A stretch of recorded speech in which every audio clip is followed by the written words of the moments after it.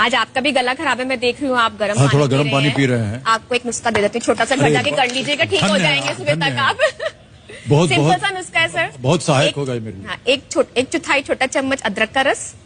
अदरक का? हाँ, 1/4 टीस्पून, 1/4। हाँ, 1/4 टीस्पून तुलसी का रस। तुलसी का रस। 1/4 टीस्पून हनी, शहद, तुलसी रस और अदरक का रस। इनको मिला के पेस्ट बना लीजिएगा। हाँ जी। इसको आप स्वेलो कर लीजिएगा, सुबह तक बिल्कुल ठीक हो जाएंगे आप।